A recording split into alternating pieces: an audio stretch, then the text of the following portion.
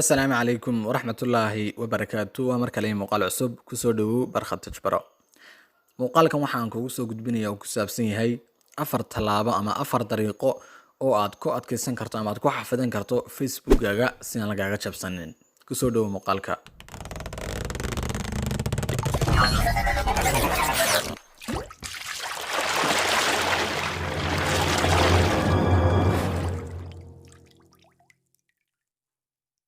ugu horeyn marka aad sameysanayso Facebook marka aad sameysanayso waxa aan kuu sheegayaa in aadan sidan aan kuu sheegi doono aanad u sameysanin. Waa sidee? Markaad Facebook sameysanayso lambarkaaga ha ku sameysanin. Haddaba markaan ku leeyahay lambarkaaga ha ku sameysanin waxa weeyaan in aadan lambarkaaga ka dhigan ciwaankaaga oo markaasi si fudud ay loo geli karaa, qof walibana waa ku jabsan karaa. Haddaba maxay yihiin afarta tallaabo ee markaa kaa caawinaya inaad Facebook-gaaga xafidato ama inaan laga jabsanin suurto gelinaya? Tallaabada koowaad ama dariiqada koowaad waxay tahay in mobilkaaga aad ku sameysato Gmail. Gmail-kaasina waa inuu noqdaa Gmail ku xafidan oo mobilkaaga kugu jira oo aad password-kiisa garanayso, haddii uu kaa lumana aad soo ceshan karto. Password marka aad ku sameysato Gmail-kaaga waxaa fududaanaysa in Gmail-kaagaasi in Facebook-gaagaasi aanu lumin ama cidina aana kaa jabsanin. Sababtoo ah qofkii marka uu jabsay is yiraahdo ama qofkii marka uu is yiraahdo saaxiibka khiyaan oo ka xad dee Gmail-kii uu ku jabsay islahaa verification code ba laga doonaya maadaama uuna garanayn password-kii ku xirnaa. Laakiin password-ka haddii laga xado qof saaxiibka kaa eegto ama saaxiibada ay kaa eegato oo password-kan dee kaa qashto haddii ay gasho taa adiga ayaa iskugu wacan.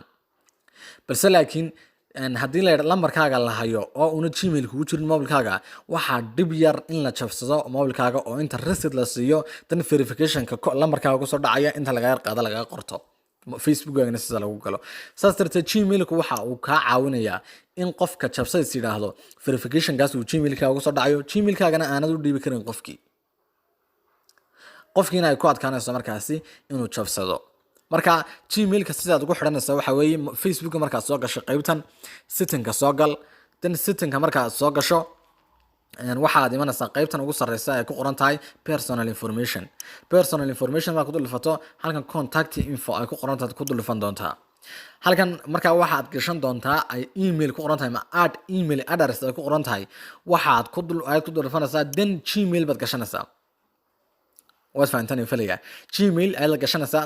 Gmail-ka markaad gashato waxa uu ku weydiinayaa Gmail-ka markaad geliso halkaasaad gelinaysaa Gmail-ka, dan halkan waxaad gelinaysaa password-ka aad Facebook-gaaga ku gasho, wax kale kaagama baahna.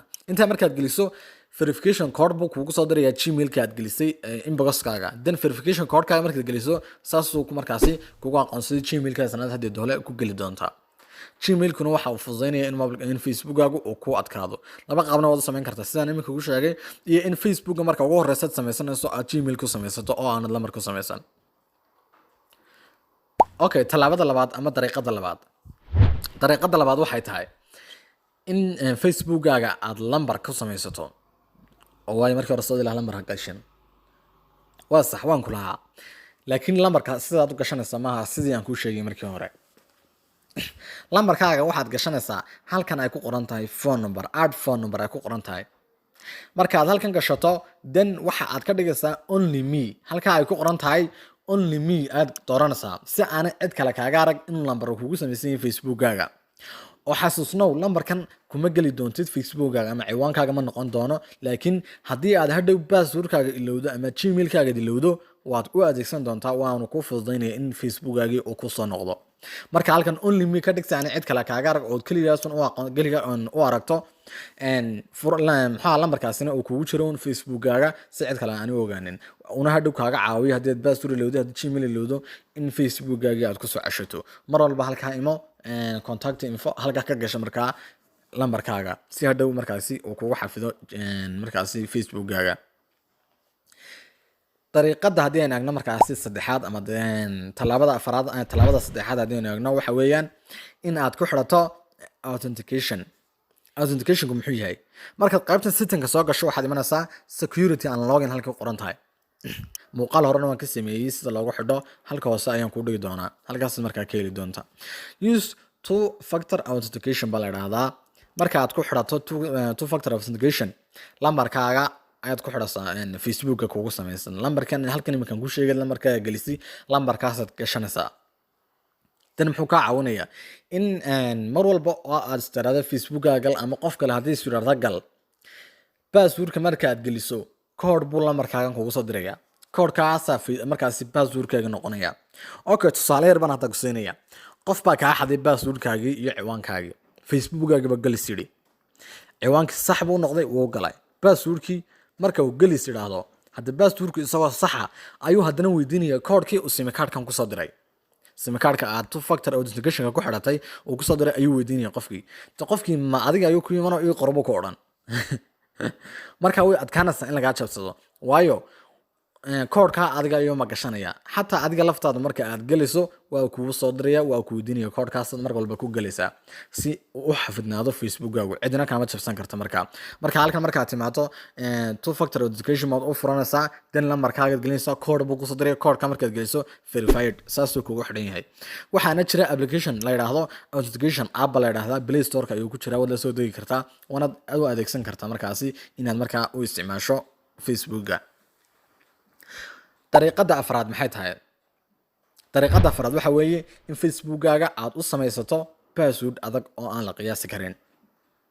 passwordka adag waxa weeye ha ka dhiganin horta marka ugu horeysa magaca kugu qoran facebookkaaga, hana ka dhiganin lambarka aad gashato facebookkaaga, hana ka dhigan gmailka aad ku gelayso facebookkaaga magaca ku qoran.